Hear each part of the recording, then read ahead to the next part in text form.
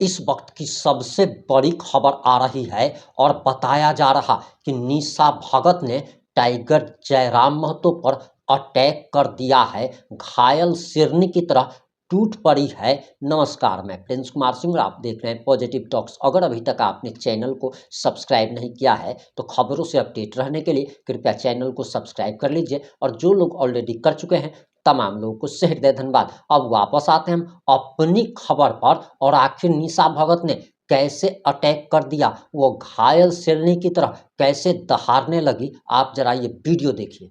निशा भगत को जिस तरीके से इन्होंने जेल के पार्टी से निकाला था कुर्मी समुदाय के खिलाफ बोलने से, और आज जो है कुर्मी समुदाय का महारैली में दिखाई नहीं दिए, वो बिहार में जाकर के अपने माला पहनते हुए वीडियो में दिखाई दे दिए। तो इससे पता चलता है, मैंने कहा भी था पहले किसी वीडियो में कहा होगा चैनल के माध्यम से, कि कभी ये जरूर उजागर होगा कि जयराम महतो जो है कुर्मी समुदाय का भी नहीं है।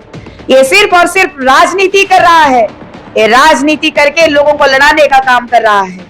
आज एक तरफ देख लीजिए कि निशा भगत जो सरना समुदाय की बात कर रही है, तो धर्मांतरित ईसाइयों से अनर्गल बातें बुलवा करके वो अपने आप का और अपने पार्टी का नाम को झारखंड में दूसरी तरीके से चमकाने का काम कर रहा है। निशा जी, आप एक तरफ जो है कुर्मी को आदिवासी बनने से रोक रहे हैं, मतलब विरोध कर रहे हैं, लेकिन वहीं दूसरी तरफ आप आदिवासी होकर के आदिवासी के ऊपर ही केस कर रहे हैं, यानी कि सरना आदिवासी क्रिश्चियन आदिवासी के ऊपर एफआईआर कर रहे हैं। क्यों किया एफआईआर? ब्रह्मांड को हिला सकता है आदिवासी समुदाय, और ये मैं निशा भगत नहीं कह रही हूँ। आदिवासियों का इतिहास ये कहता है कि ब्रह्मांड हिलाने की कैपेसिटी आदिवासियों का है।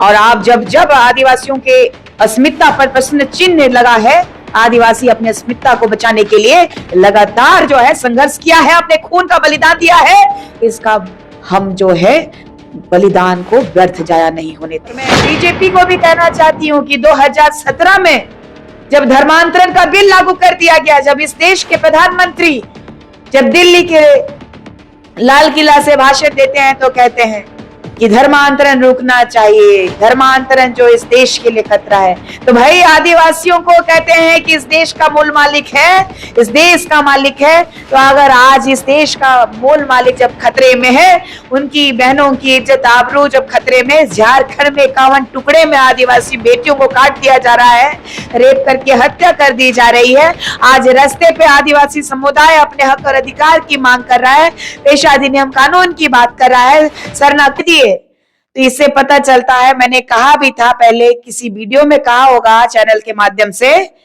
कि कभी ये जरूर उजागर होगा कि जयराम महतो जो है कुर्मी समुदाय का भी नहीं है। ये सिर्फ और सिर्फ राजनीति कर रहा है, ये राजनीति करके लोगों को लड़ाने का काम कर रहा है।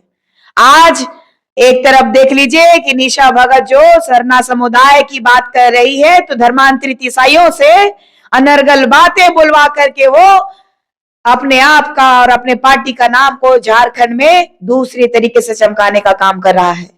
और आप देख लीजिए दूसरी तरफ, एक तरफ आदिवासी समुदाय के विरुद्ध खड़ा है, अपने समाज के साथ में कह रहे हैं, वही आदिवासी समुदाय को आदिवासी सीट घाटशिला चुनाव में, उपचुनाव में आज अपना प्रत्याशी बना करके अपना एक मोहरा को उतारने का काम किया है।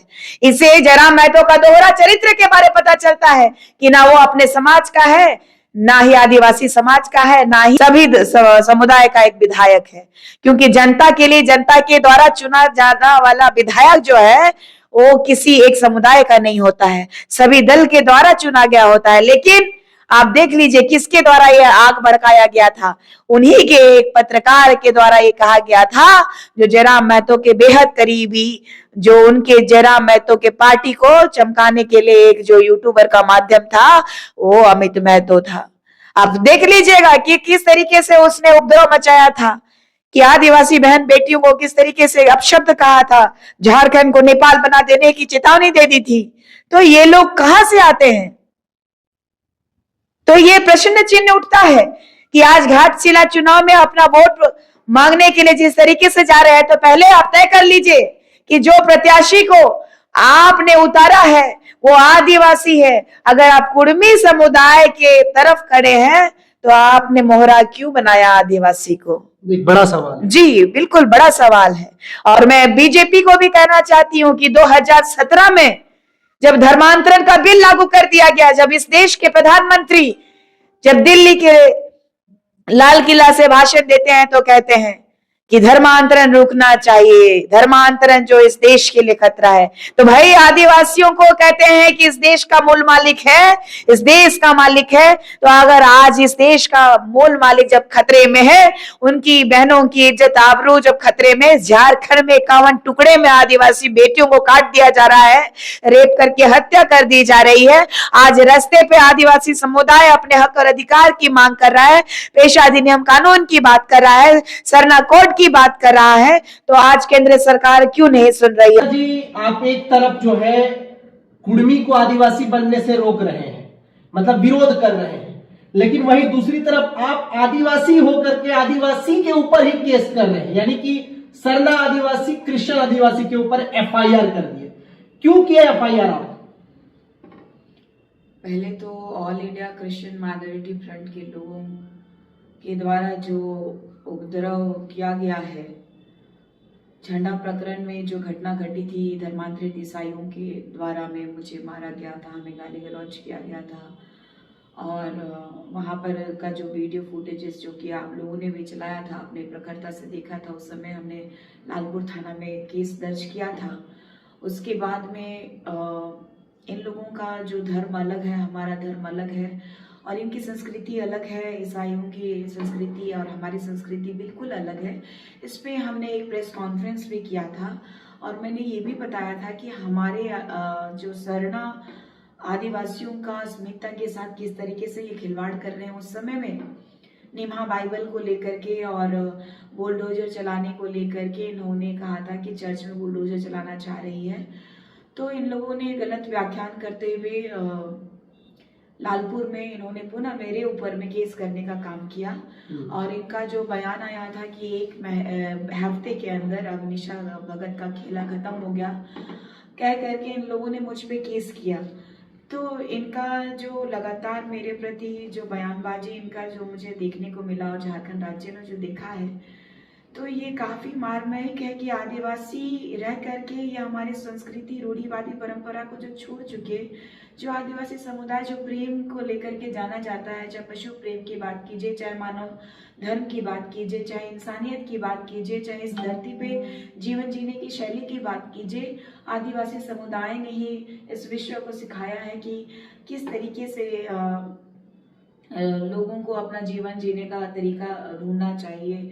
चाहे औषधि को सबसे पहले जो कि आदिवासियों ने आविष्कार किया है, तो कई ऐसी चीज़ें हैं जो आदिवासियों का सम्मान तो ये भारत के तहत संविधान करता है, लेकिन हमारा जो नेता है, यहाँ का जो सिस्टम है, वो आदिवासियों को एक्सेप्ट नहीं कर पा रहा है। और लगातार आप देखिएगा कि केस मुकदमा जो है चलते आ रहा है। इसके इन धर्मांतरित ईसाइयों के द्वारा जो भी गाली गलौज किया गया या फिर जान से मारने की धमकी दी गई, उसको लेकर के भी मैंने ऑनलाइन एफआईआर किया है और गुमला थाने से भी फ़ोन आ चुका है। गुमला के एसडीओ साहब से मेरी बात हो चुकी है, गुमला के एसपी साहब से बात हुई है, गुमला के डीसी महोदया से बात हो चुकी है और उन्होंने मुझे सुरक्षा के लिए एक आवेदन भी कहा था उन्होंने कि देने के लिए, वो मैं दे चुकी हूँ। क्योंकि ये जो क्रिश्चियन समुदाय के लोग हैं, ये सोचते हैं कि जो शिक्षा जो है हम लोगों से बड़ा ये आदिवासी लोग पढ़ा लिखा नहीं हो सकता है। इनको ये भूल गए हैं कि बखराज बाबा कार्तिक उरांव जी भी बहुत पढ़े लिखे विद्वान व्यक्ति थे, उन्होंने ही ये मुहिम चलाई थी।